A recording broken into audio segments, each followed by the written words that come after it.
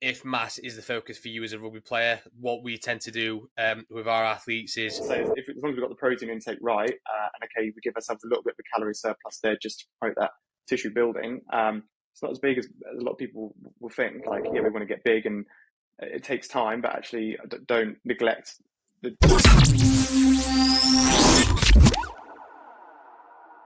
Ollie, how's your week been, mate? Yeah, got me mid sip there. To be fair, yeah, very good, thank you. This week, been doing a bit of work in horse racing, and popped down and see the cricket boys yesterday in London. So taking over, and then a couple of days working from home, which is pretty nice, so nice and quiet. Nothing too exciting over the weekend, to be honest. Ate some pretty good food. Had some a Nutella pancake stack, which went down really nicely. And what I do, a little bit of golf. Probably a little bit of exercise and gym in there somewhere. But yeah, all good. How's your week? Good, yeah. Fairly steady training week, wrapped up with a Tough Mudder at the end, which feeling it still, not gonna lie, a couple of days afterwards, but good to get out of the comfort zone, not gonna lie. And yeah, looking forward to probably the next one, to be fair. I don't think I'll ever get the bug for it in terms of obstacle racing, but I definitely wouldn't mind doing another one again. So, yeah, that was a Do you challenge. think you fueled adequately for your Tough Mudder? So I actually tried to put a big focus on this, which it's funny because since like playing sport, I've not really played competitive sport for a couple of years, and this is the first time where I've really like done something and gone right and had a consideration around my nutrition. So the day of, fueled quite well with a decent breakfast. Try to supplement as best as I could prior with some sports drinks, some isotonic drinks. Whether that's right or wrong, I don't know. But I did feel, I felt better. I felt fueled. I felt like I had the stuff in the tank. I had as we went round, I tried to again consider, right, well, I've been doing this for 45 minutes now. I probably need to get something in and try to stay on top of it that way. So I must say, actually having fully enough a plan around it before the day started and listening to some of the stuff that you've said previously, last week and the week before, and obviously conversations that we've had, I felt good, mate. Yeah, felt good. Good. So, Was the recovery food of choice? Big burger? It actually was. So post completion immediately, we actually had deep fried pizza. I don't know if you've ever had that before. Mm. Yeah. What's that like? I wasn't a fan, to be completely honest. So it was deep fried pizza. Sits a little bit heavy. Yeah, exactly. But that night I had, there's a place around the corner from me in Leeds called St. Jude, where they do these loaded fries. So I treated myself to them. So some chicken loaded fries. And then straight back on it on the Monday. Big consideration on the Monday, kind of around, I did a post on it actually around my protein intake, and I'm not gonna lie, I still feel beaten up, but I think it's definitely helped. So yeah. Well, imagine if you hadn't. Exactly. Yeah. It's more like for anyone that's ever done a Tough Mudder and who's listening, you'll know, just like these little scratches that look pathetic. But when you catch them and you just feel like you're gonna fall to the floor because they sting so bad. It's like a paper cut. Just that's it. It's like a paper cut. So, I keep saying to my partner that I genuinely feel like I've been jumped in a back alley somewhere and been stamped on, and I've actually got foot marks on my shoulder from helping people up. So. It's quite almost like sadistic thrill, isn't it? Like people just love being trampled on and scratched to pieces, but it's for the case of exercise and training. So the thing that blew my mind the most, and if anyone who has ever done this, hats off to you, is that obviously the course is 10 kilometers. People went around it 2 or 3 times in a day, and I was like, yeah, fair play. If you can asking for more, yeah, just give me more. Yeah, again, give me it again. So.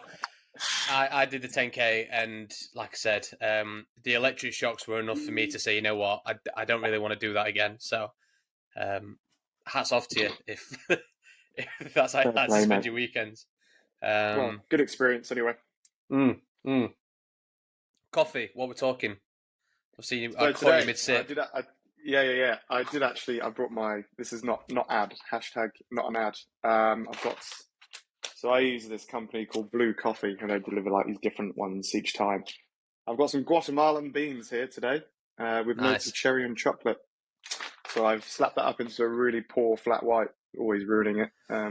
But tastes good to me. So what about you? What I you got? so I have North Star coffee beans. I'm still pretty new to this like coffee bean bean to cup life. I'm not gonna lie. So I've always been an espresso um, Mm.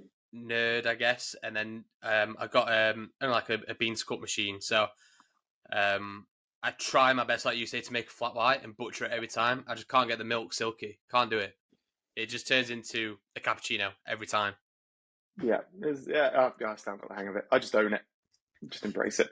Exactly. I think if S&C doesn't work out for me in the long term, I will become a barista. I'm dead set on it. So Done. maybe that's what we should do. Just open a coffee Yeah, shop. yeah. I think so. I mean, there's no money in professional sport anyway, is there? That's it. Yeah, just open a coffee shop. Maybe it could be the athlete's coffee shop. Best of both worlds.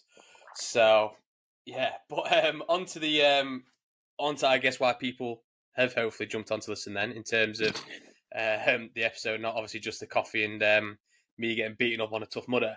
So obviously today we're talking specifically around kind of like rugby and doubling down on the training aspect of it. So let's start there then, and let's start with the nutrition element to it. And maybe a good place to start would be kind of the challenges around um, fueling for training, fueling for recovery from a nutrition aspect. And I'll let you take that away, mate. To start off with, kick us off.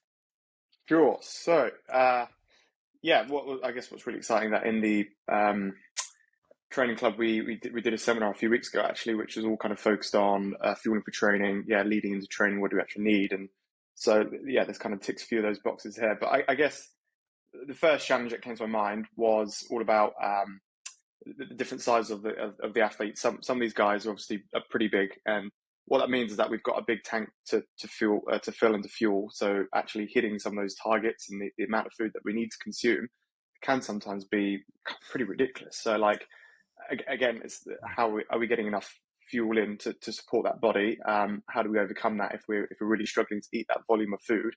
But it's not everyone is always as big as kind of the front row or whatever. So like the back, etc. We need to think about are we hitting the right targets for them? So yeah, biggest challenge is are we fueling training appropriately for our body size and the work that we're going to do? And then I guess throw into that people's day-to-day schedules, like if we're on the move, if we're training in the evening at our club and we had to get a train there or anything, we've come straight from work. How are we gonna?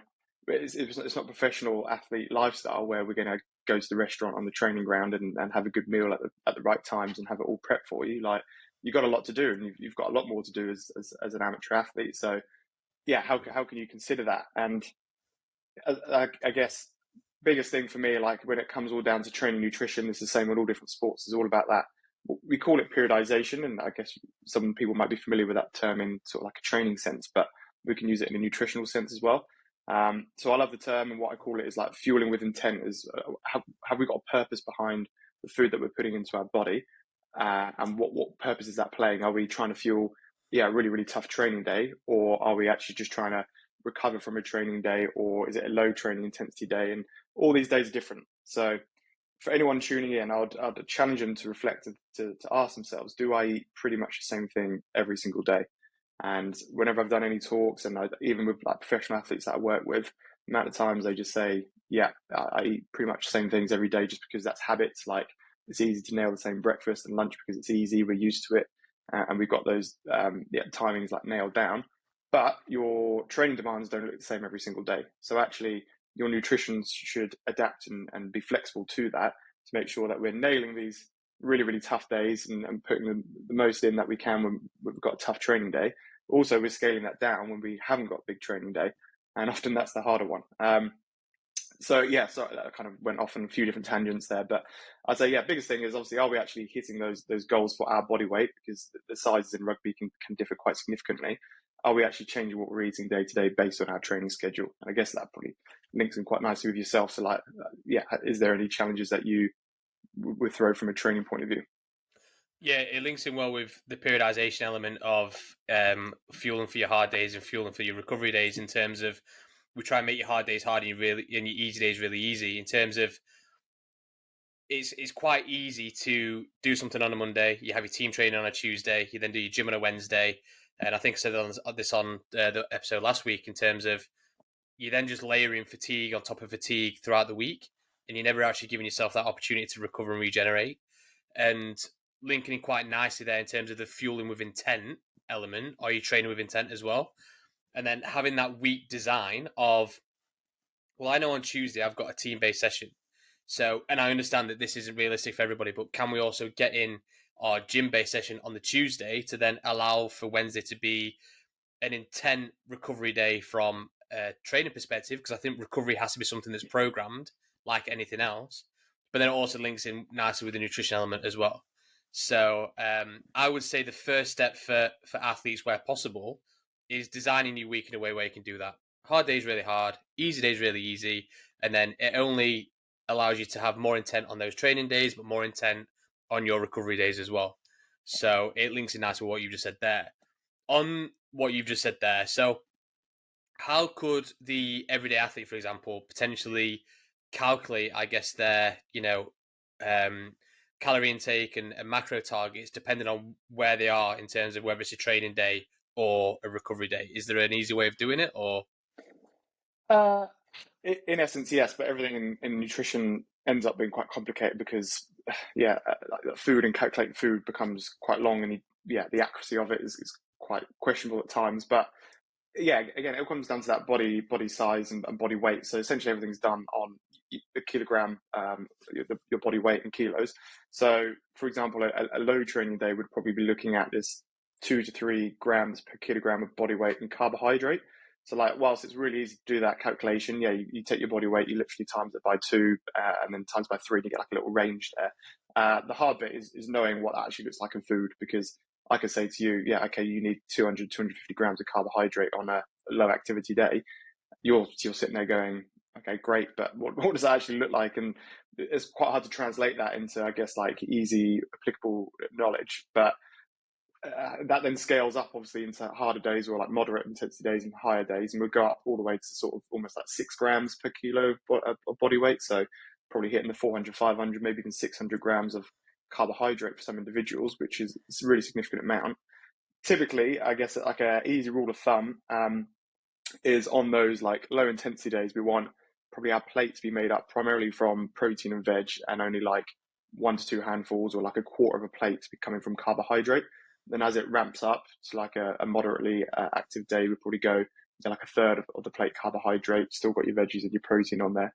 And then those tough days, we're looking at like half that plate is pasta, rice, potatoes, still hitting that protein, still getting a bit of veggies in there, but more emphasis on that carbs. And it can be as simple as like for breakfast, you don't need to overcomplicate it. If someone has 2 slices of toast with scrambled egg, if a Tuesday is a uber hard day, they've got a double training session, we might just throw in an extra slice of toast in there, or we add a banana in there, maybe add some fruit juice or some smoothie in there. We basically just bolt things on and add up and accumulate that carbohydrate content to support that extra training demand. But as I say, it's typically that kind of low day that people tend to struggle with. I think was it yourself that said that like you don't see off days, or did I like call them off days and you like to call them recovery days? Was that you, or did I hear Yeah. that somewhere else? Yeah, No, we call them recovery days. Yeah, it's the same. So this is what I mean about like recovery and regeneration still has to be something that's programmed, and it can't be like, it can't be an afterthought. It can't be just something that you just, well, it's a rest day, so I'm just going to rest. And we really try and promote in terms of, once you've got the fundamentals of the foundations in place from a recovery regeneration perspective, i.e. your nutrition, which is obviously what some of the stuff you just talked about there, and your sleep, then can you move further up the ladder and then potentially look at maybe some active recovery, things such as whether it's as simple as walking, swimming, anything like that, and then look further up the ladder in terms of, blood flow restriction, hot and cold contrasts, things like that. And yeah, I just find that by, like you say, calling them recovery and regeneration days, it then you used the word intent earlier, and you see it as something that you've got to do to then move the needle with what you're doing on the hard days. Yeah, why I love it, I think it's brilliant. It's because again, when people see that off, and particularly in nutrition, that word off, they literally just drop all their habits and their thinking, and like they just go, oh, it's an off day. You know, food doesn't matter on this day. I'm going to go out for brunch. Going to go out for pizza in the evening. You know, and suddenly before you know it, one, you've obviously overconsumed probably the food. You haven't actually recovered pretty well. Um, Actually having that purpose behind it, as you say, that recovery day, you're still going to go into it thinking, oh, I still need to hit my protein targets. You know, I need to get high quality foods in, and therefore I'm ready to bounce back sort of the day after. yeah, But massive one, even again with athletes, there's in football, as soon as they have an off day, that's it, feet up, or they're off out, and they forget that they're an athlete. But essentially, the next day they're going to be back to being an athlete, or they always are an athlete. How can we make sure that our nutrition aligns with that all the time? Because it's always ongoing. So I've just interrupted there because Ollie and I actually work together through the Athletes Training Club, where we help everyday athletes improve their performance. They could dominate and then thrive on and off the pitch. So if you're thinking, yep, that is a bit of me, head down to the notes below, click apply, and we'll get you on a level up call where we'll help you gain more control and more balance so you can start making immediate improvements to your performance as of today. Back to the podcast. I think that's a good way of saying it, that you always are an athlete, and thinking of like every approach you have, whether it's on your training days or your recovery days, is that how this then links into the athlete lifestyle. And even if you are an amateur athlete, I think that we can all live by these principles of, you know, having the intent, you know, throughout the day, whether you are a training day or it's a recovery day. Linking it to, I guess, doubling down on the rugby side of things then, and you mentioned obviously the size aspect and packing on size, and obviously we're in July now for at time of recording, and look, like the amount of people that come to us at the moment in the training club and say that they want to pack on size, but they also want to stay lean, and they also want to stay at the same speed, and they also want to stay at everything else. Starting on the nutrition side of things, is that how do you maybe approach that? Because I guess it's quite easy, and you've probably had this a lot as a nutritionist as well, is that somebody might come to you and say, right, I want to pack on 10 kilograms of mass over pre-season. And, you know, how do we approach, maybe not obviously the 10 kilograms, but make sure that from a nutrition aspect that they're obviously packing on mass, but then also it's linking in with these recovery days as well, and everything else in between. Yeah, absolutely. Yeah, everyone. That's probably the first thing. If I ever sit down with someone and say, "Oh, what are your goals?" They're always like, oh, you know, "I just want to get wham," or whatever they say. You know, and whilst packing on muscle is important. Like, I don't know. Fundamentally, the basics of it nutritionally are really really easy. I actually think like the fueling aspect is more important, because that means you can push yourself harder in the gym, train harder, and then that leads to the better stimulus, the more adaptation. Actually get the nutrition right, it's kind of consistent all the time. So yeah, it comes down to the protein intake, daily protein intake. We've got total, timing and type, so how much we're having throughout the day, what time of the day are we having it, how often are we having it, and the type of protein. Is it more animal based, more plant based? And as I say, actually, once you've got this fundamentally correct, it's just copy and paste pretty much every single day. I wouldn't really change much, apart from maybe a little bit around game days, but that's another discussion. I think what people again get wrong, and particularly in rugby, they recognise that there's a need to put on as much muscle as we can, and to be big, and probably feel like there's quite a lot of pressure to be as big as possible, and therefore actually overconsume protein. So some people might be a bit like, what? I didn't think that was a thing. But like, if you're eating too much protein, which is probably the most filling and satiating food out there, are we therefore like compromising our carbohydrate intake because we're so full and stuffed with 300 grams of protein every single day because we want to get massive, and therefore we actually can't push ourselves in the training session to create that adaptation that we want? So yeah, I think one of the biggest things is like, yeah, we want to get big, and it takes time, but actually don't neglect the training aspect of it. I think that's huge. People can get the nutritional part of that right, and people recognize the importance of protein, but protein isn't the number one sort of food or macronutrient that's always needed as an athlete, and it's the one that gets all the attention, all the focus, and it's all about them. But there's a lot more going on than that, really. So yeah, I'd say if people want to get bigger in this time, then let's just make sure we're getting I guess from a numbers point of view, we're looking between 1.6 to 2.2 grams per kilo again. So it all comes down to that body weight. You might calculate that, and again, that might look like 150 to 200 grams of protein a day. But I guess another top tip, or like where we often see people slip up, is the frequency aspect, the timing aspect. It's a lot of people will smash a lot of protein for the dinner. Yeah, they'll have a big steak, chicken, pasta dish, or something like that, and they'll easily tick that off. But basically, we want to drip feed protein into the body over every kind of 3-4 hour period. So in actual fact, if we take that 200 gram total daily, split that into 5, so we're hitting around this kind of 40 gram of protein per serving, hit that 4 or 5 times per day, then actually that's going to be more beneficial for that muscle growth, muscle repair, muscle adaptation than just having like two big massive meals each day. So can we get it drip feeding in? Okay. It sounds like there's almost then a tipping point, I guess, in terms of too much protein, then obviously then leads to, maybe a deficiency elsewhere within your diet. And that's where it's like trying to find that right balance of the right amount of protein should then hopefully then lead to the right amount of everything else. Is that right? In terms of if you can get that protein number right, does everything else kind of like maybe fall into place a little bit more smoothly? Should do, yeah. As I say, it's like it's just making sure we're not compromising the other intakes. Like especially, I get it, if we're maybe monitoring or managing our calorie intake again.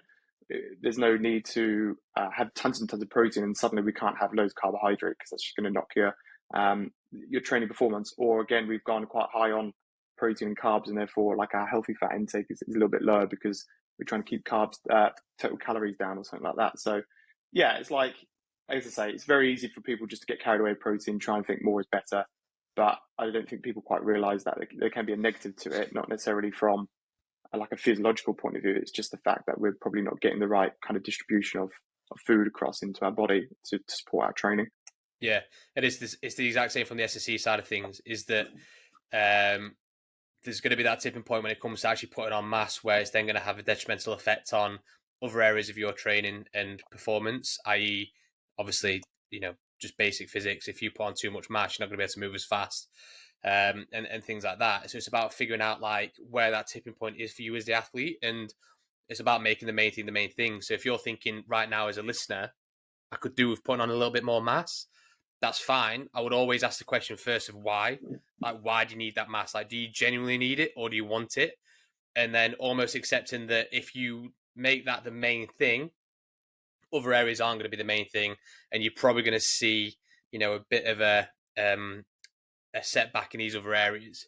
Now, it then links in quite nicely with what you said on the nutrition side of things as well, as in terms of being able to still focus on these other areas. And it's the same with S&C, is that if mass is something that you want to focus on building over a certain period of time, that's fine.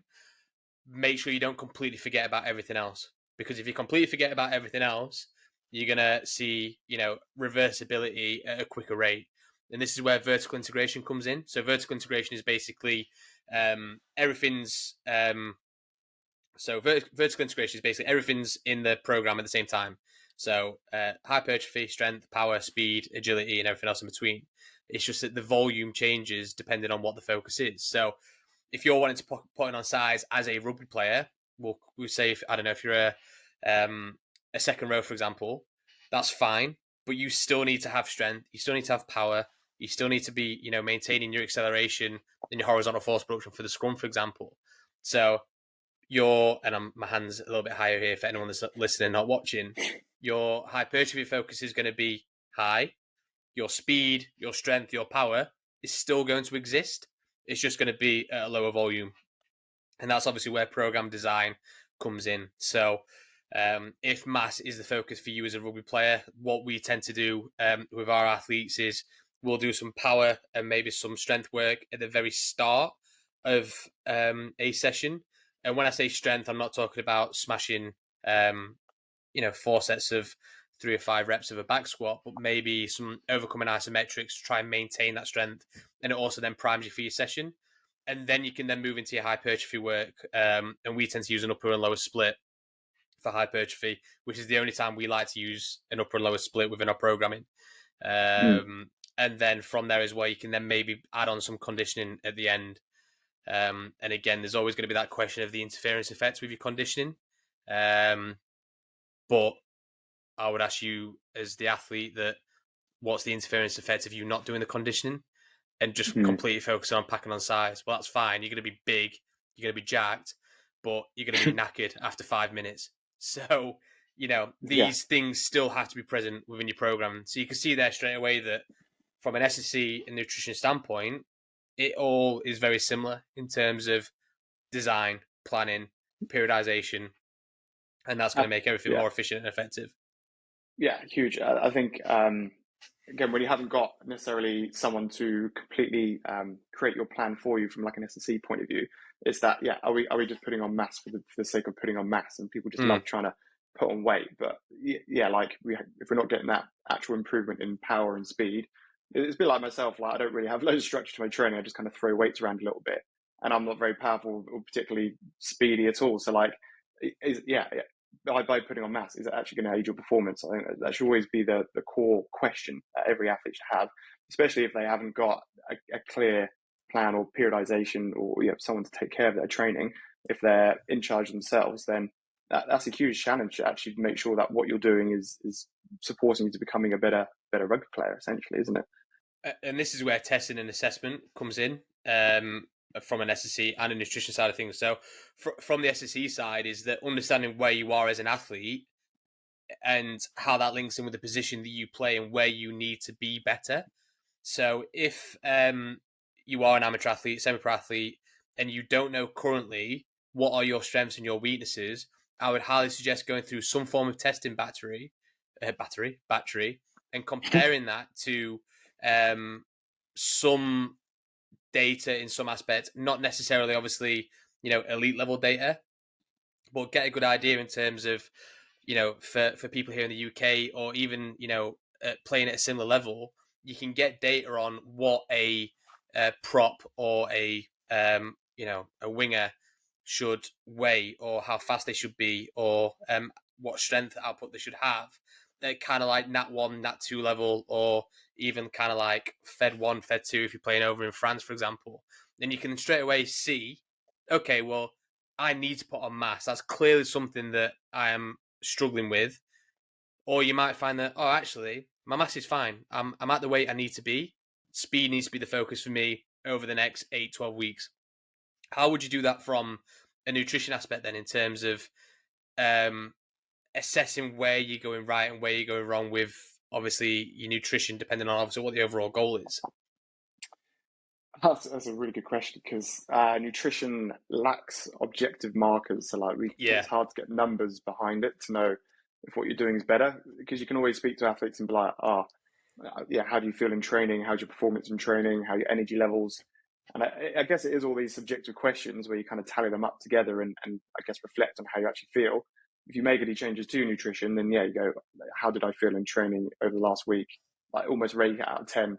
Maybe delve into sort of where it could be better. Again, like sleep, muscle soreness, all these kind of aspects, and put it all together. Because, as I say, from a numbers point of view, there isn't a lot of feedback you can get, to be honest. And because all sport is so multifactorial, like, your GPS numbers might be better, or you might be able to lift more. There's little things, but you can't always just say, it's purely because of nutrition. So I'd always say, like, as long as you feel like you're able to give it all you've got, and you're not letting yourself down, because like if you know that you're really, really fit, or you've got your fitness like squared off, but you're still not performing to as good a level you can, or you can't sustain that performance for a long period of time, that is a key nutritional impact for me there. Like, that's when you know something's not right here. I'm fit, I'm strong, but I just can't sustain it, or I can't repeat it day after day.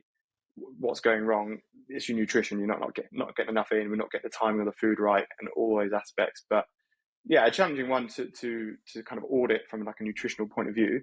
I guess it's just a case of trying to weigh up, as I say, where am I actually, how am I feeling in my training, and Siri doesn't understand that, which is terrible timing. But I've also got my cat, for anyone that's watching, that's just jumped up and started rubbing herself on the microphone, so apologies.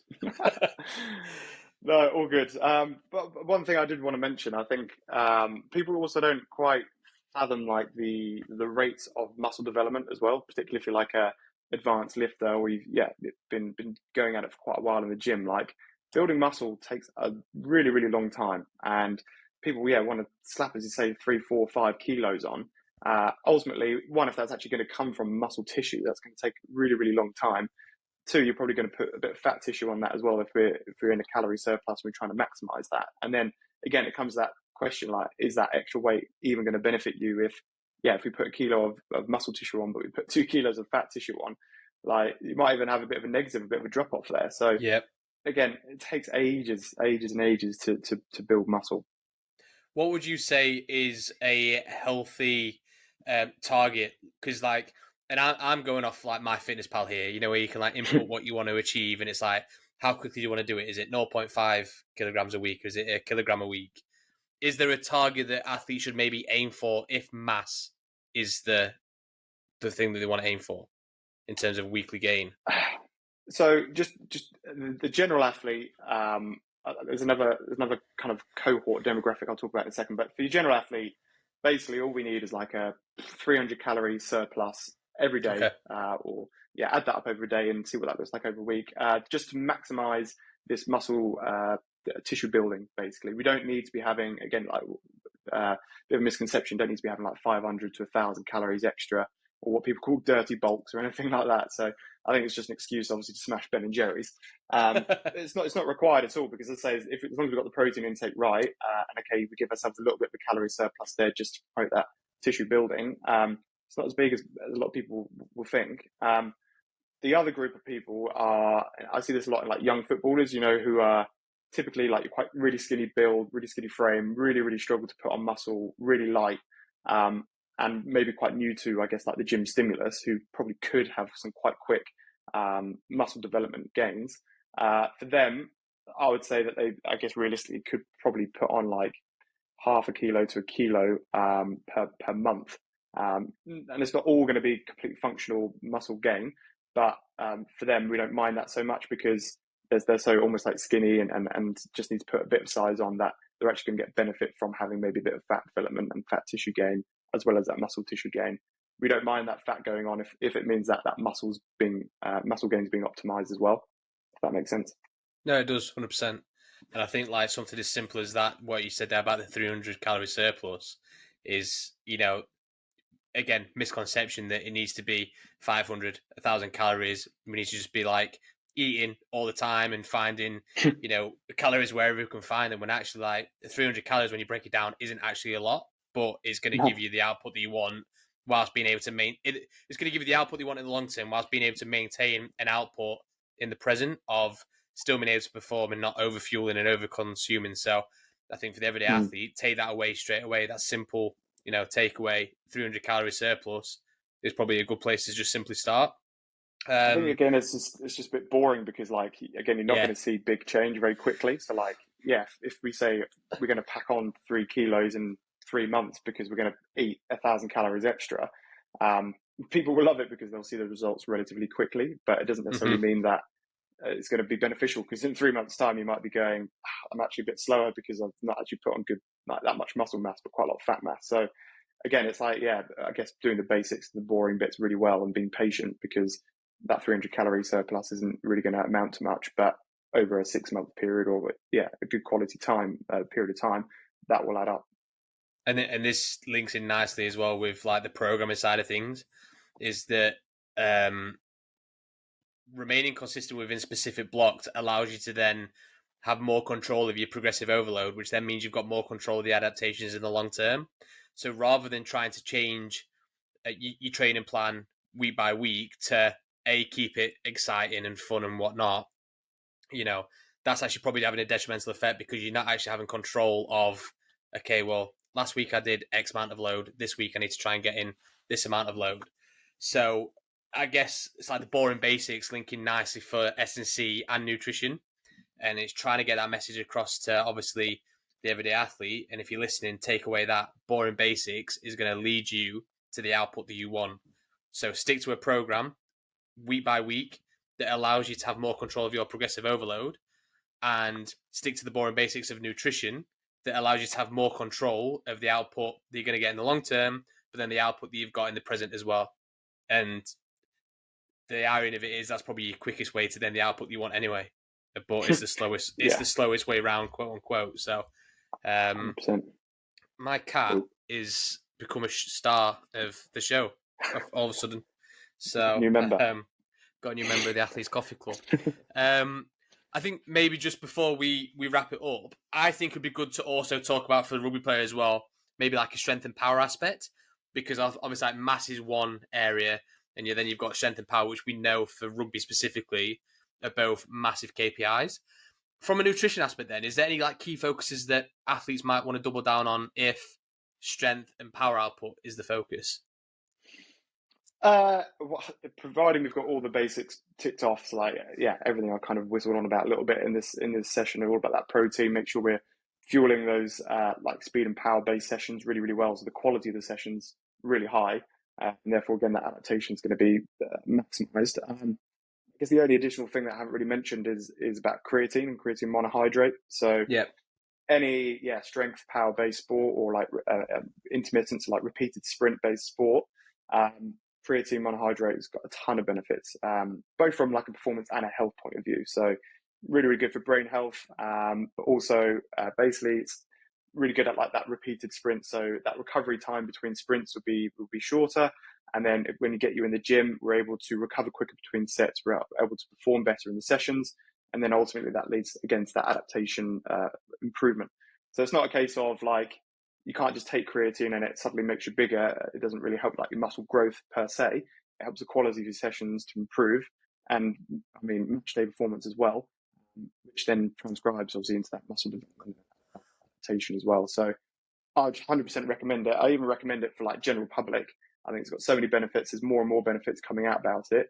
And it's so simple. It's as easy as 1 scoop a day, which is 5 grams per day, creatine monohydrate.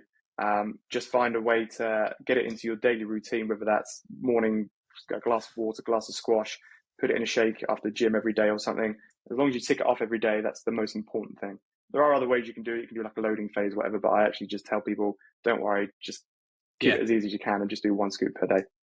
Nice. I think from an SSC standpoint for strength and power is that, first of all, ask yourself, are you strong enough already?